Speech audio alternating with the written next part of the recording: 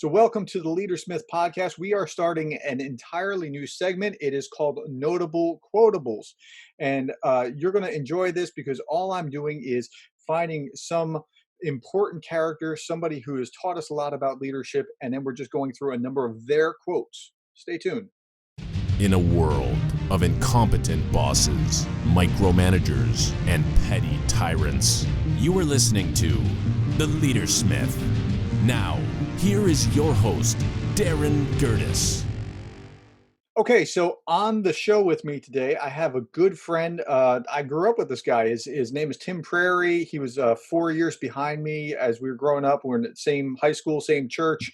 And it has been a long time since I've seen this guy. I'm so happy to have him on the podcast. Welcome, Tim. Hey, it's good to be here. Thanks for inviting me. Yeah, so, and the way that we got here was because I'm doing this segment on Notable Quotables, and I started with Jim Rohn. And I had planned to do this for a long time, and then Tim was out on a Facebook forum. It's Facebook's /groups/learn leadership. And he said, I don't remember what the thread was, but he said, he mentioned Jim Rohn somewhere along the way. I'm like, hey, I was just about to talk about him on the podcast. He's like, really? I've listened to everything that he's done. I was like, wow, we need to have you on the podcast. If you've listened to everything because he's very prolific. And I can't have Jim Rohn on because he's dead.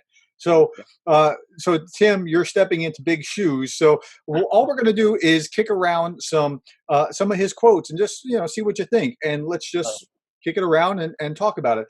So in this segment, what I want to do is just talk about quotes. Now, he talked about success, right? His whole shtick was he was a philosopher of success. Right now, but we're just going to focus on leadership here. So for the sake of time. So here, the first one, and just chime in. Let me know what your thoughts are as we go through these quotes. The first one is, for things to change, you have to change. Pretty amazing. I mean, we know that that's true, but we don't normally think about it. What do you think? Yeah, Jim used to talk a lot about the seasons, right? He'd say, what comes after spring? Summer. What comes after summer? Fall and winter, and so on. And that it's been that way for eons past, and it's not going to change going into the future. Don't try to change it. Don't try to change the things that you can't change. If you want to see a change, you have to change. And that was a powerful thing for me to learn in my, probably early mid 20s. When you have your list of excuses, the list of things that I'm not doing well because of this or that or the other thing, and you go, oh, I guess I got to look at myself here. And one of his other extremely popular quotes, and I hope I don't steal thunder for a future quote here. He would say, "Don't wish it was easier. Wish you were better." Yeah, you just stole thunder. So, sorry. We'll come back to that one. A little bit. For things to change, you have to change. You can't get to where you're trying to be if you stay at the same level. And there's something so profound about it. And you can't shed responsibility. Society is to blame. It's the system. It's whatever else. No, you have. I remember. I don't remember who it was exactly, but somebody is watching. So I read prolifically, right? I read a lot of self-help, success, leadership kind of books, those kind of things. And I watch these on YouTube and wherever I can find them. And there's one guy that even was saying, like, look, if it rains, it's my fault. And when you take that level of responsibility, even if it's not your fault, but you have to at least brace up against it. If not, certainly you're not controlling it. But when you take that level of responsibility, you're going to be a success. Okay. Number 2. You must take personal responsibility. You cannot change the circumstances, the seasons, the wind, but you can change yourself. That is something you have charge of. And I want to couple that with another quote that he says, it is a set of the sails, not the direction of the wind, that determines which way we will go. Go. That's right. That's, for me, I think that was probably the most pivotal shift in my philosophy, personally speaking, as far as my leadership goes. It's not the blowing of the wind, but the set of the sail. That is such like I'm an outdoorsman. I love to be out in the wilderness and, been sailing and all these things. And that principle is such a profound principle if you really dig into it. That idea that the same wind blows on everybody. Mm-hmm. We all have the same wind. And yet some people seem to get somewhere with that wind, while others are just, their sails are just flapping. Yeah. And so what does it take, or what are you going to have to do to trim your sails to catch that wind and have it bring you to where you want to be? A year from now, 3 years from now, 5 years from now, that's such a deep thought if you really dive into that idea. And And so, not, yeah, his whole solution there is that you must take that personal responsibility, and that's the difference between a successful and a non-successful. Because look, yes, okay, so somebody was born with $1 million, and we weren't, right? But that's okay. We weren't. I mean, what are we going to do with what we have been given, and how are we going to steward those resources, and how are we going to, right? So instead of cursing that person that's a millionaire, no, go make it happen by taking that personal responsibility. Anything else on that before I move on? I think that idea that you just kind of shared is kind of an important one as well. It's not necessarily a Jim Rohn quote, but that idea of, and Jim talked a lot about personal responsibility, but this idea that, like, oh, well, those guys are doing good because they started with $1 million and I started with nothing. Mm-hmm. That's a ridiculous argument to make. You know how many people win the lottery, win millions of dollars in the lottery, and then in a year they're like worse than they started. Jim did used to say, if somebody gives you $1 million, you better become a millionaire real quick. Otherwise, it's going to grow into it. That's right. Yeah. Right. You have to become more in order to hang on to that. Otherwise, it's going to, I was just watching something not too long ago where you're saying, look, if you'd have redistributed all the money, that money in a few years would find its way back into the pockets of the same people because they have made themselves more. They're able to contain it. All right. Next one, effective communication. I love this. I actually just quoted this not too long ago in a Twitter Tuesday episode. Effective communication is 20% what you know and 80% how you feel about what you know. Isn't that right? So, I mean, when you think that you're saying something and the text is one thing, but then they don't feel the subtext, they feel the subtext. Like we were talking on just in the Facebook forum not too long ago, where I don't remember what the context was, but I said, I can't remember any time I've ever been mad at you. I can never remember. Like what I have associated in my head with Tim Prairie is nothing but good stuff, right? No. And so you're going to feel that association, right? You also have seen me in 20 years. So. 20 years also makes it. But no, I mean, seriously, all through growing up, I can't remember any time I've ever been upset or had an argument with you or anything. Like, this is like one of the most good-natured people I know. But you can feel whether I actually care or actually don't care. And so that 80% of how you feel about what you know, man, that's powerful. Go. How you feel about what you know, and also how it comes to that, what people pick up from you, they pick up a lot more than just your words. I kind of think that's where you're going with that. Yeah, exactly. Your leadership goes well beyond your words. You could say all the right things to your people, right? Like, I have a bunch of employees and I can go say all the right things, but if they know my heart is not there, if they know that my whatever, like I'm saying one thing and then doing something else, my credibility as their leader is gone. And they might fall in line because they have to, because I'm their appointed leader for their job. So if they want to keep their job, they have to do what I say, and they'll moan and grumble. But when people know that you care, when people know, and they could feel that, they understand that, and it's more than just words, I think that leads to a very significant impact in your leadership of people. Yep, sure does. Okay, I got to move on. A good objective of leadership is to help those who are doing poorly to do well, and to help those who are doing well, and help those who are doing well do even better. Right? Yeah. I mean, your objective of leadership it's not about you. It's about helping them. Speak. Did you ever meet Rick Kirschman? Rick Kirschman. He was a guy from High BA. Like, I don't want to Yeah. So he's a missionary in Japan or something with Donna. Russia, right? Missionary in Russia. That's Russia. That's right. one time he told me this, and I think it goes well swimmingly with what we're saying. He said the best leaders are the ones that look for people that can do a better job than they do and build them up. Wow. So they can take the thing that you're doing further than you can take it. And it's like, man, so many leaders are threatened by that idea. Like they're trying to blockade their little place on the podium or whatever. But when you find people that can do things better than you and put them in those places, it doesn't hurt your leadership. It doesn't hurt your place in the organization. No, you look like a superstar. It's amazing. So I've kind of taken that philosophy as my own, and I've always been looking. Anytime I'm looking to hire people right now, actually, and I'm looking for people that can take what I've done and maybe even take it further. And I think that's a powerful principle. Okay, so let's look at the other end of that spectrum, not the people that are better, but the people who don't see it. He says this: managers help people see themselves as they are. Leaders help people to see themselves better than they are. What do you think of that? I like that. It's pretty deep. I mean, when you think about it, I mean, you as a leader, you're calling out something that you see in them that they can't even see themselves to help them grow and to help them get to the next level.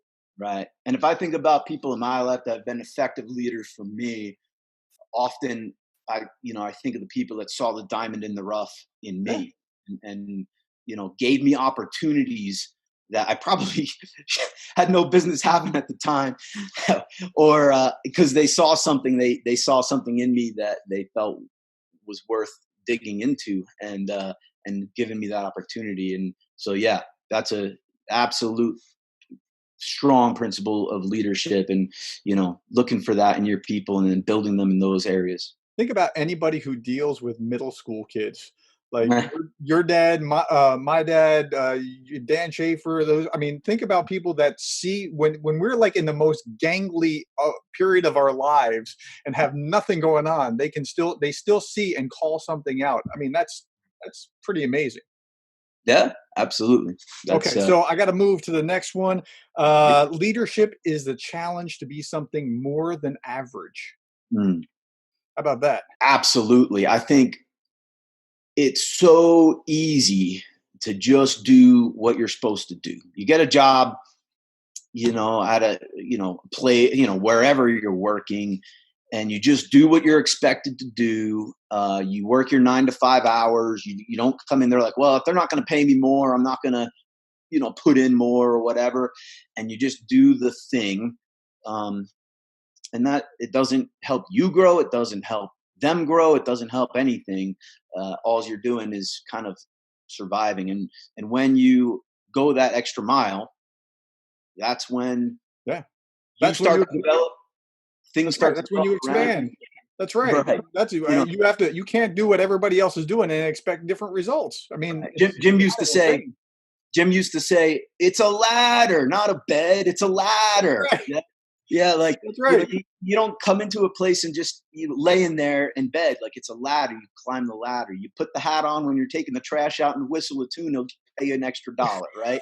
Yeah. I show that clip in class. That's great. So good. That's right. That's it's going to minimum wage. That's exactly right. Yes. Yeah. That's funny. Okay. So along the same lines, give whatever you're doing and whoever you are with the gift of your attention. Yeah, I mean, you gotta be all in. You gotta be there. Not just take out the trash, but with a positive attitude and whistle a tune and whatever. That's exactly right. Okay, that's a hard one. It's a hard one when things are complicated, right? Like in my industry right now, in the camp world, things are complicated, and we're trying to figure it out. And people want stuff, and they're asking for things, and you're just trying to keep things on track. But to stop and give people your attention can be hard sometimes. But it's definitely worth striving for. Yeah, he says achieving wealth and greatness can be distilled down to helping others. Find a way to serve many people. Simply stated, this is what leads to great wealth, great power, and great influence. Yes. Helping other people. Speak to it. Yeah. Is there any other way, right? Like, I think as you develop, like for me, I've never been super money motivated, right? Of course, I want my family to be well taken care of, and I want to, have my kids have opportunities maybe that I didn't have, or maybe that, in our in this world, or whatever that might be. But what does it mean for somebody to be wealthy, right? For them, and somebody could say, oh, for me to be wealthy, I need X amount of millions of dollars. And for somebody else, it could be, I just want to have time to play with my kids on the weekends or whatever.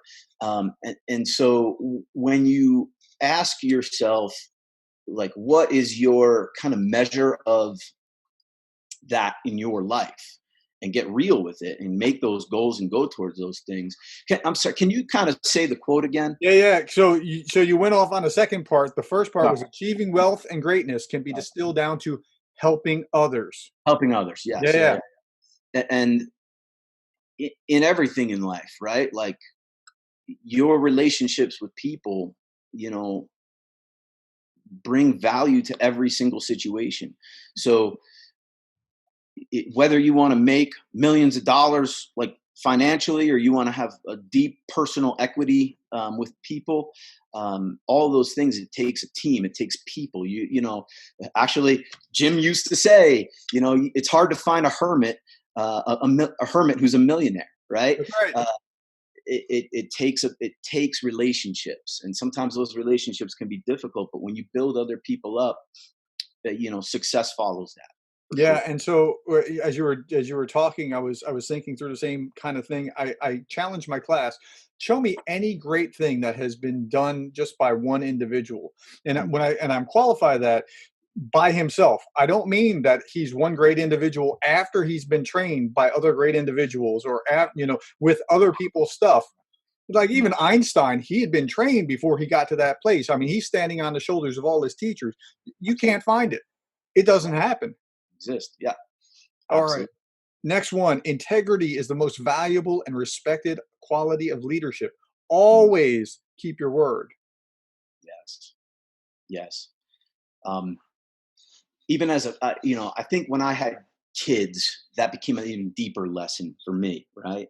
And I think it was my father who shared with me, like, I'd heard let your yes be yes my whole life or whatever.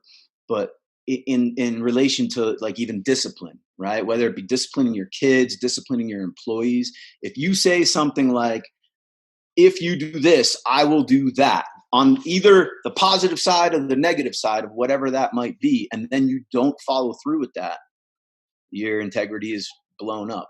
Mm-hmm. If your mentality is do what I say, not what I do, your integrity is blown up. And how much value is there in integrity? I think in today's world, it's maybe an undervalued virtue. It's so easy to kind of put one view of yourself up on Instagram or whatever and live a different life, and then treat your family different than you treat the people at work or whatever that might be. But when you're in, the idea of shalom, right? Like peace. You're in peace with not just in peace with people around you. You're in peace with God, and you're also at peace with yourself. When you can bring those three things into kind of into alignment, and you can be in that idea of shalom, like where you're in peace with others, you're at peace with yourself, and you're at peace with God. Your integrity is remaining intact in all situations. Yeah, and there's a little bit more to the word picture. It's also in the middle of the storm. So while everything else is going on around you, you're at peace with yourself, with God, and with others. That's a big difference. It's not like that's not the word picture for peace in the scripture. So you're absolutely right. Okay, one more, and then we're gonna wrap this one up. Okay, the challenge of leadership is to be strong but not rude, to be kind but not weak, bold but not a bully, be thoughtful but not lazy, be humble but not timid, be proud but not arrogant, have humor but without folly. Speak to that one. Love that. That's one actually. I love that quote. I've heard that quote many, many times. I mean, there's so much there. You could have a whole podcast just on that one quote, right? Like that. Like, how do you even start to dive into that? But the idea of, like, for example, being what was the one? What was the humble one? Yeah, strong but not rude, kind but not weak, bold but not a bully, thoughtful but not lazy, humble but not timid, proud but Right. not arrogant, humor without folly. Right. So let's just take the humble but not timid one, right? Like where like all of those things require some sort of balance, right? Humans are really good at getting on a train and just riding it, right? Like, so I'm gonna be humble. I wanna be a humble person, right? And the next thing you know, because like you've like decided you're gonna be humble, you become a doormat that people just walk all over. Or on the other side of that, like I'm gonna stand up for myself. I'm gonna be a proud whatever. And next thing you know, you become this bully that's just leaving people in your wake everywhere you go. Yeah. And maintaining that balance, man. As a person of faith myself, like I don't know the audience on your podcast, what people think, but as a person of faith, I have to look to my faith and to my understanding of who God is and who I am to keep me in line with all of those. I guess would dichotomies be the right word for that? Yeah. Because all of them are complicated, but Yeah. all of them, they're so true. Like those are things that when you can walk in those things, they become powerful.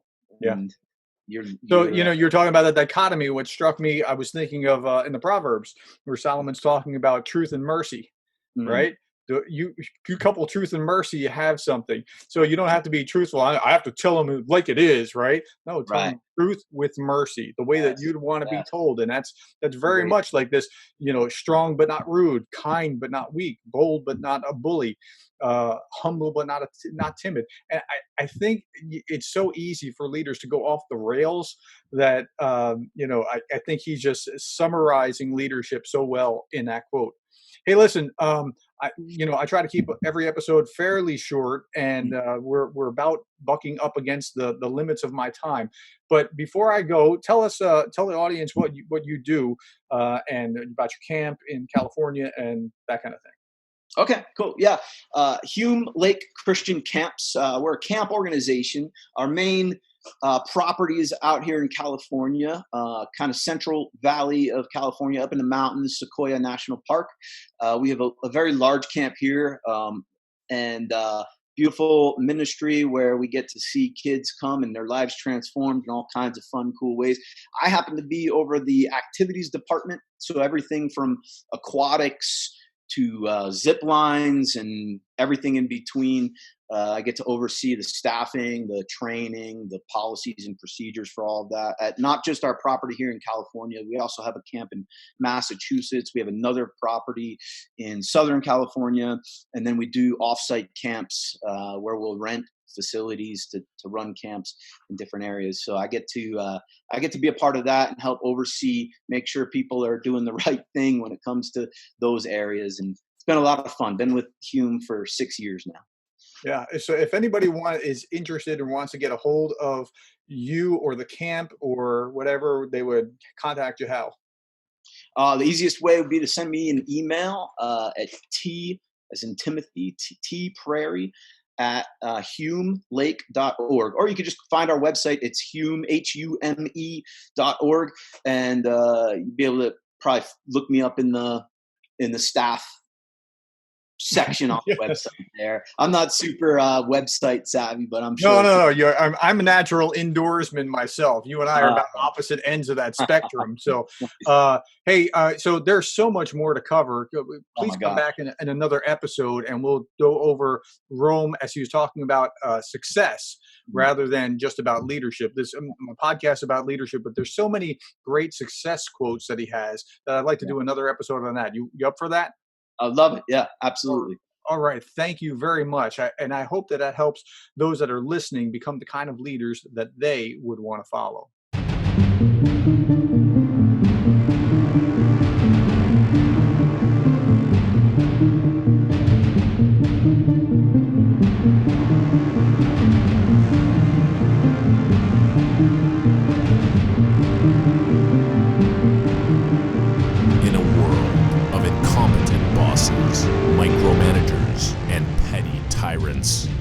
listening to The Leadersmith. Now, here is your host, Darren Gerdes.